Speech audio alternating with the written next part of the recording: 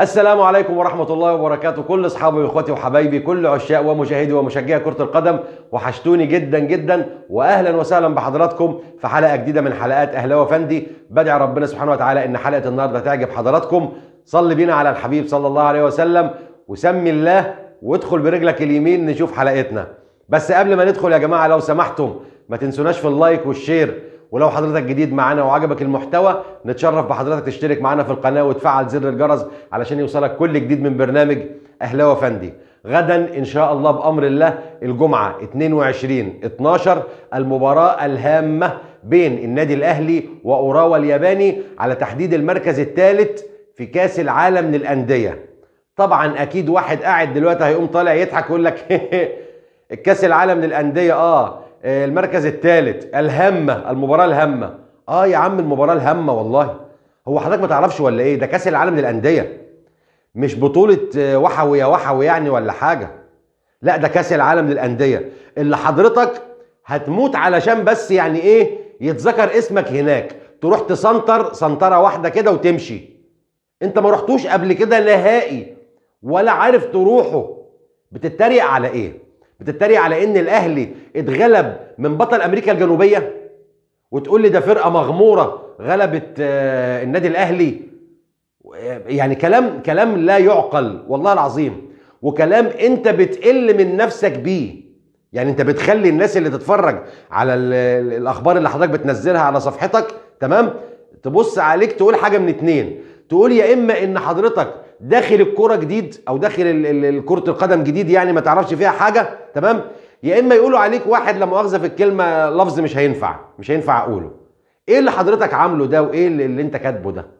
تمام، انت وغيرك بقى، بس انت عارف نفسك، انت عارف انا بقصد مين. كلام فارغ والله العظيم. حضرتك طالع بتتريق على النادي الاهلي ان هو اتغلب من بطل امريكا الجنوبيه، مش اتغلب من فرقه سهله ولا تمام. ركز بس حضرتك كده في الكونفدراليه الجميله بتاعتك، البطوله العظيمه الكونفدراليه تمام، وركز في ابو سليم ومتيسير اللي معاك والجراده اللي انت مش عارف يا راجل ده انتوا لعبتوا مباراه، يعني اقول ايه، مباراه تخلي الواحد نفسيا يتعب قدام سجراده امبارح. للاسف ان انا طبيعتي واخلاقي ان انا بشجع اي فرقه مصريه بتلعب بره. امبارح كنت قاعد بشجع الزمالك، يعني عايزه تغلب. الحمد لله والشكر لله بعد نهايه المباراه يعني اكتشفت ان الواحد لسه بصحته وسليم بسبب العقده اللي فرقتك عملتها لنا. راجل كلام فارغ والله. ركز شويه في فرقتك وبلاش تقول كلام مش حلو، كلام يقل منك، كلام مش عارف اقول لك ايه.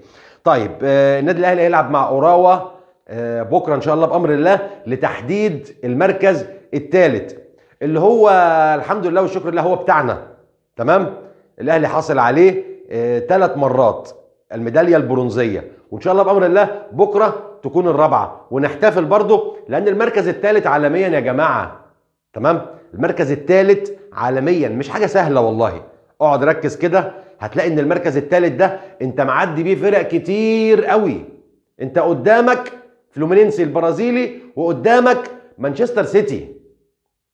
بأمر الله لما نغلب بكرة نكون احنا الثالث، فيعني مركز حلو. ونسيبنا بقى من الجماعة اللي هم بيتكلموا كلام فارغ ملوش لازمة. الاهلي النهارده اتدرب التدريب الرئيسي بتاعه. طبعا الاهلي مستر كولر امبارح فضل ان هو يدي اللاعبين راحة تمام. يعني انت عارف ان اللعيبه اتهلكت الفتره اللي فاتت، فهو قرر ان هو يدي راحه امبارح علشان النهارده بامر الله لما يعمل تمرينه جامده اللعيبه ما يبقاش حمل عليها. وبامر الله بكره تكون مباراه حلوه والنادي الاهلي يكمل البطوله اللي عملها وبداها بقوه. بدأها بهزيمة اتحاد جدة بلاعبته بأسمائه اللي فيه بالفلوس اللي مدفوعة فيهم تمام. النادي الأهلي أقول لك على حاجة، النادي الأهلي خلى إدارة اتحاد جدة بتفكر دلوقتي في أقول تنظيف الفرقة. ملهاش لفظ غير كده، تنظيف الفرقة. اتحاد جدة بيقرر ان هو هيمشي 90% من المحترفين اللي عنده. لان هو لا انتوا مالكوش لازمه بالمنظر اللي حصل فيكم قدام الاهلي، انتوا مالكوش لازمه. فتخيل النادي الاهلي غير فكر اداره، غير فكر اداره اتحاد جده. هل ممكن بكره مستر كولر يغير في التشكيل بتاعه؟ هو احتمال لان انت طبعا انت هتلعب بكره 22 تمام، يا دوبك هتخلص الماتش من هنا هتلم شنطك وهتطلع على الامارات علشان السوبر المصري اللي حضرتك ما عرفتش تروحه ولا عارف تروحه. اقول لك ايه بس انا والله العظيم عايز الغيك من قدام عينيا، بس انت اللي بتجيب نفسك قدامي، اعمل ايه؟ بص، هو قدر النادي الاهلي بيطلع من هنا لهنا لهنا لهنا، يعني هو كده، هو ده النادي الاهلي. شئت ام ابيت هو ده النادي الاهلي، غصب عن اي حد هو ده النادي الاهلي. طيب هل ممكن زي ما بنقول مستر كولر يغير في التشكيل بتاعه بكره؟ هو واحتمال وارد، لان هو عايز يريح طبعا جزء كبير من لاعيبته، علشان زي ما قلنا بعدها يوم 25 يوم الاثنين هيلعب الجمعه، وهوب يلعب الاثنين ان شاء الله بامر الله قدام سيراميكا كليوباترا في السوبر المصري في الامارات على خير ان شاء الله. طيب انما انا شايف ان يعني ايه، يفضل كمل يا كولر، كمل باللعيبه الاساسيين بتوعك وكمل بالقوه الضربه بتاعتك، علشان بكره محتاج ان انت تختم البطوله زي ما بداتها بقوه، تختمها برضه بقوه وتسيب علامه في كاس العالم السنه دي في السعوديه. اتمنى ان هو يلعب بالقوه الضربه بتاعته. طبعا بكره ان شاء الله بامر الله، وخبر يعني انا مش عارف، الله يرحمك يا سي السيد، بكره هتحكم الحكمه الامريكيه، هي اللي هتحكم مباراه النادي الاهلي. ربنا يستر بقى على العيال بتوعنا، يعني ما اعرفش، خايف عليك يا امام عاشور، تاني بعيدها تاني، قلتها قبل كده، خايف على الواد امام عاشور يا جماعه. ربنا يستر والوليه عنها ما تزغش عليه، وخايف عليها هي بقى من عبد المنعم. تخيل عبد المنعم لما بيروح يكلم حكم، بص بيكلمه ازاي، ولا ديانج لو هي صفرت على ديانج صفاره ما عجبتوش، ممكن ياكلها جزء اقلام، الله اعلم، مش عارف. ربنا يستر عليه. انا مش عارف ايه اللي دخل الحكمه في مباريات رجاله يا جماعه. ما الحكمه تحكم للحريم المباريات النسائيه، والرجاله يجيبوا لهم راجل. ما مش عارف، انا مش شايف له لازمه والله الاختلاط ما بين الرجاله والستات في مباريات الكوره. ما كل واحد يحكم مباريات بني جنسه والموضوع يبقى حلو يعني. عامة هي الحكم الامريكيه، اتمنى من ربنا سبحانه وتعالى ان هي تكون عندها العداله اللي غابت في المباراه اللي فاتت. الحكم البولندي اللي فعلا ظلم الاهلي، وظلم الاهلي ظلم بين، بكلام كتير من وسائل الاعلام، وبكلام حكام كتير على مستوى العالم. تمام، ناس كتيره اتكلمت عن ضربه الجزاء الظالمه اللي تعرض لها النادي الاهلي، وضربتين الجزاء اللي اتظلم فيهم برضو النادي الاهلي ما اتحسبولوش. ناس كتيره جدا وناس تقيله. يا عم يا بتاع الكونفدراليه يا اللي بتتريق على النادي الاهلي، ما انا مش هسيبك. وبصراحه يعني اول هزيمه ليكم هتسمع مني تحفيل اسود. مستر روي فيتوريا اتجه او توجه بطلب لاتحاد الكوره ورابطه الانديه، قال لهم يا جماعه لو سمحتم مباراه النادي الاهلي وفاركو اللي هي يوم 2 يناير لو سمحتوا اجلوها. يعني نظره ادميه شويه للعيبه، نظره ادميه للاعيبه النادي الاهلي. اللعيبه دي خلاص ماتت، علشان تخلص كاس العالم، تطلع على السوبر المصري، تخلص السوبر المصري يوم 29 ان شاء الله بامر الله على خير، يسافروا يجوا مصر يلعبوا 2 يناير. يبقى انا هاخد منهم ايه؟ وانتوا عارفين كويس قوي ان دايما المنتخب المصري بيعتمد في قوامه على لاعبي النادي الاهلي، مش اقل من 6-7 لعيبه بيروحوا المنتخب. تمام، فروي فيتوريا برضو الراجل بيدور على نفسه، هو مش اهلاوي ولا حاجه عشان بس ما حدش يطلع يتكلم كلمتين. الراجل بيدور على بطوله هو داخلها بالمنتخب، فعايز لعيبه تكون فايقه يقدر ان هو يعتمد عليها علشان يحصل على مركز او ميداليه في كاس الامم الافريقيه. فالراجل طلب من اتحاد الكوره ومن رابطه الانديه ان لو سمحتم اجلوا مباراه الاهلي وفاركو اللي هي 2 يناير. طبعا اتحاد الكوره مشكورا ورابطه الانديه برئاسه الاستاذ احمد دياب يعني مشكورين وافقوا، يعني الحمد لله والشكر لله يتحسدوا. بس ده يعني طلب من فيتوريا، مش ان النادي الاهلي هو اللي طلبه، عشان ما حدش يطلع يقول لك ايه النادي الاهلي بتاجل له مباريات. ده برضه طلب في المصلحه، خلوا بالكم، يعني طلب في مصلحه مصر وفي مصلحه المنتخب المصري. ان شاء الله بامر الله المنتخب المصري يفرحنا السنه دي ان شاء الله. طيب طبعا النادي الاهلي علشان كمل في كاس العالم للانديه، فكان مقرر ان المفروض في مباراه الاهلي وشباب بلوزداد في دوري الابطال افريقيا، تمام، كانت المفروض هتتلعب يوم 19 اول امبارح. فطبعا علشان ارتباط النادي الاهلي في كاس العالم للانديه فتاجلت مباراه الاهلي وشباب بلوزداد. اتاجلت لامتى؟ لاحد يومي 16 او 17 فبراير، 16 او 17 2. طيب المباراه دي لما اتاجلت كان المفروض ان في لقاء القمه اللي متاجل من قبل كده كان اتاجل لحد 15 2، تمام. المباراه بتاعت الاهلي والزمالك دي برضو اتاجلت علشان مباراه شباب بلوزداد. لا حاجه بايدينا ولا احنا اللي طالبين ولا اي حاجه، احنا ماشيين على حسب الريح ما يودي الريح، زي ما بيقولوا احنا ماشيين معاهم، تمام. فكده مباراه الاهلي والزمالك مباراه القمه اتاجلت برضو، بس لسه ما اتحددتش امتى يعني. اخر اخبارنا طبعا في اخبار كتيره قوي بعد اداء النادي الاهلي في كاس العالم والكلام ده.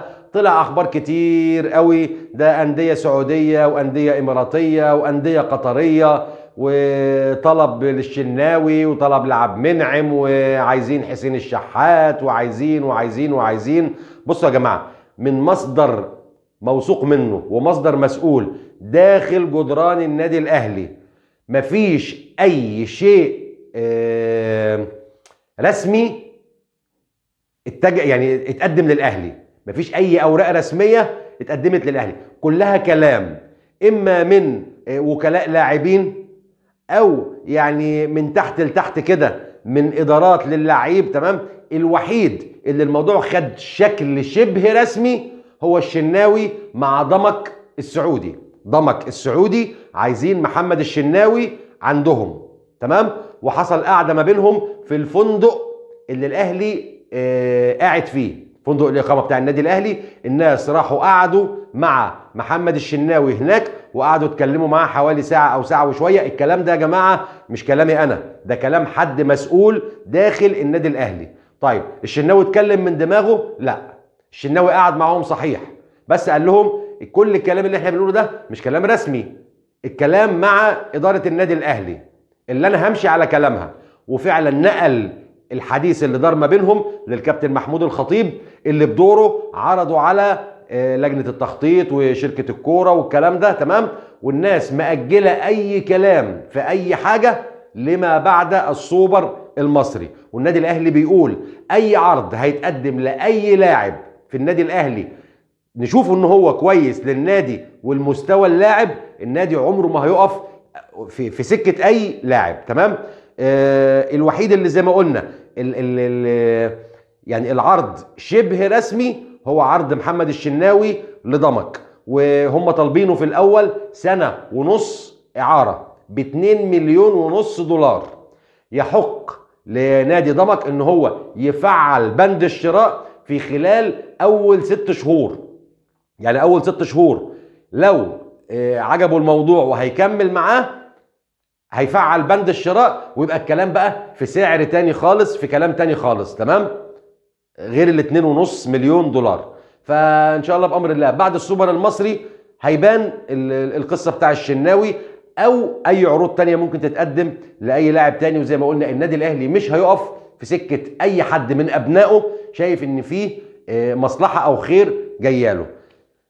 كده خلصت حلقتنا، ان شاء الله بامر الله نتقابل بكره بعد مباراه النادي الاهلي واوراوا. اصحى يا عم، انت نمت ولا ايه؟ اصحى.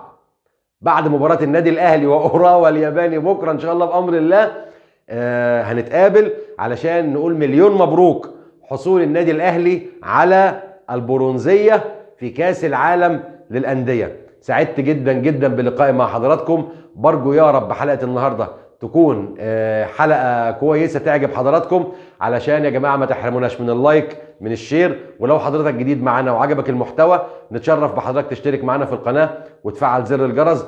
قبل ما اقول سلام عليكم عايز اقول حاجه بس بمناسبه الجائزه اللي قدمناها في الحلقه اللي فاتت، الاستاذ علي احمد، احنا تواصلنا مع الاستاذ علي وقلنا له ان احنا نبعت الهديه بتاعت حضرتك التيشيرت، لكنه هو الراجل قال هو قريب مننا جدا، فقال ان شاء الله بامر الله انتظروني في خلال يوم او 2، وانا عايز يعني اسجل معاكم حلقه في اهلاوي فندي. طبعا نتشرف بيك جدا جدا يا استاذ علي، ان شاء الله بامر الله في انتظاره، يمكن بكره يمكن بعد بكره، احنا على تليفون ان شاء الله بامر الله. هيكون معانا الاستاذ علي احمد اول فائز في اهلاوي فندي. سعدت جدا جدا بلقائي مع حضراتكم، اشوفكم على الف خير بكره ان شاء الله بامر الله. تصبحوا على خير والسلام عليكم ورحمه الله وبركاته.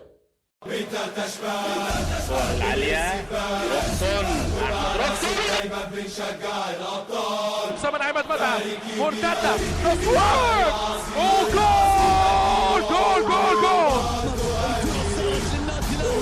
الفرصة للفريق الأحمر عرضية،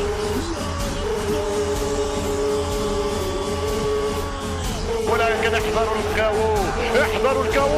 ترجع الكرة بالراس، القاضية ممكن شاط الكرة علي محلول يوزع جول جول اهلاوي. فارق كبير فارق